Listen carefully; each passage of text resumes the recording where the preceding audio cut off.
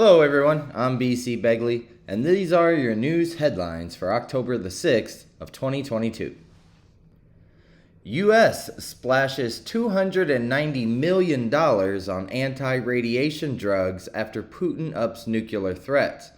The U.S. government has purchased a significant supply of radiation injury drugs as the Russian president threatened the use of nuclear weapons. A $290 million procurement of the drug Nplate to treat acute radiation syndrome was announced by the U.S. Health and Human Services. The government confirmed it was the first purchase of the drug manufactured by the California pharmaceutical company Amgen. The purchase comes after Vladimir Putin renewed his threat of nuclear war. In a speech last month, he vowed to use, quote, all the means at our disposal to protect Russia and its people. Quote, this is not a bluff, he said. Federal agents see chargeable tax and gun purchase case against Hunter Biden.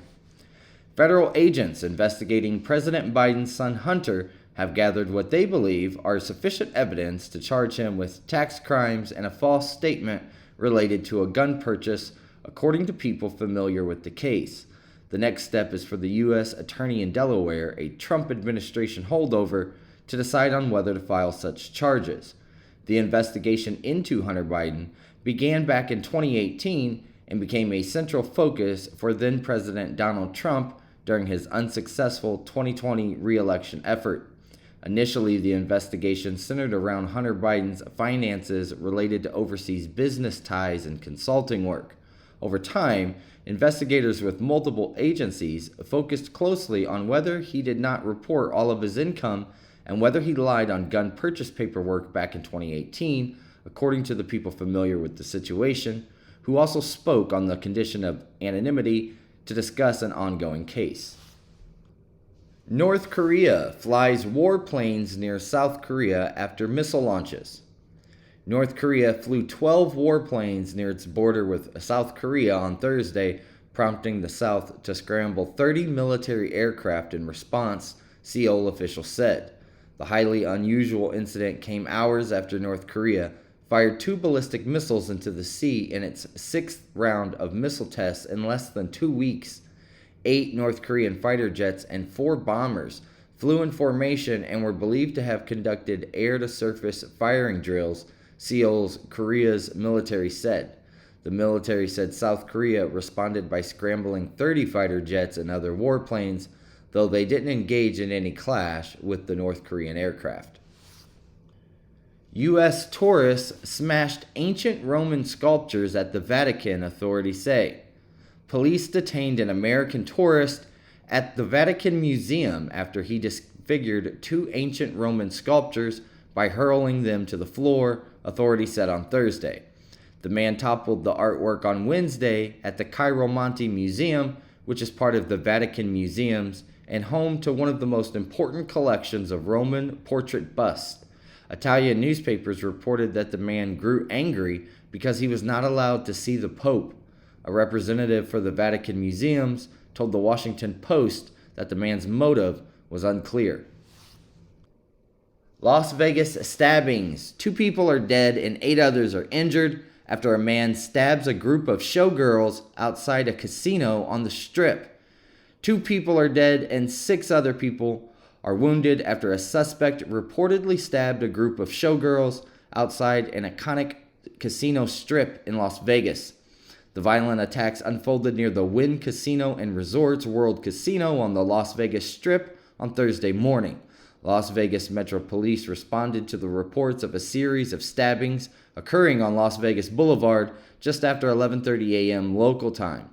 Police arrested a suspect who they reportedly spotted with a, quote, large amount of blood on his sleeves in front of the Venetian. Captain Dory Curran described the weapon as a large kitchen knife. Las Vegas Metropolitan Police have not disclosed the identity of the suspect or a motive. Man robbed of $100,000 in cash in the Bronx. A man was attacked and robbed of a huge amount of cash behind a Bronx building. The NYPD says it happened on Monday, September the 12th, at around 4:30 p.m. They released a photo on Thursday of a man they are currently looking for in connection with the incident. The 47-year-old victim was sitting in the rear of Gerald Avenue in the concourse section when three men approached him from behind and started to punch and kick him. They then grabbed his camouflage backpack, which contained approximately $100,000 in cash and personal identification cards and documents. The New York City Police Department says the trio then took off onto River Avenue and then eastbound on McClellan Street. The victim sustained bruising and pain to his face and body, but declined medical attention at the scene. President Biden pardons thousands of people convicted of marijuana possession, orders a review of federal pot laws. President Joe Biden on Thursday pardoned thousands of individuals convicted of possessing marijuana, saying the current system, quote, makes no sense, and sending pot stocks soaring on the news. The pardons apply only to federal offenders convicted of, quote, simple marijuana possession, as well as those charged in the District of Columbia. But Biden called on governors across the country to also follow suit. Quote, just as no one should be in a federal prison solely due to the possession of marijuana, no one should be in a local jail or a state prison for that reason either, Biden said in a statement. The United Kingdom grid plans 3-hour winter blackouts to tackle gas shortages. Households and businesses across the United Kingdom could face planned power cuts this winter if the country is unable to import electricity supplies from Europe, the national grid has warned. The utility company responsible for the distribution of energy unveiled its plan to ration supplies as the United Kingdom struggles to secure enough gas imports to fuel its gas-fired power plants. Europe is currently gripped by a major fossil fuel energy crisis triggered by Russia's tightening of gas flows to the continent as retaliation to sanctions imposed by the West over the invasion of Ukraine. Over the past few months, fears have grown that Vladimir Putin will completely turn off the taps flowing to Europe, which has led the national grid to prepare emergency measures should it fail to get a hold of sufficient energy supplies. Israel readies for war with Hezbollah after Lebanon ups maritime deal demands.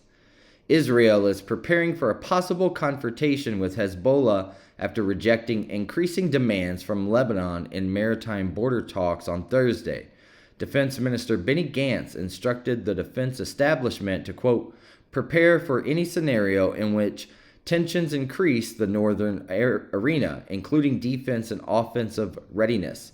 His office said the instruction was issued following an assessment of the situation with the IDF Chief of Staff, Lieutenant General Aviv Kohavi, and other senior military officers and defense officials.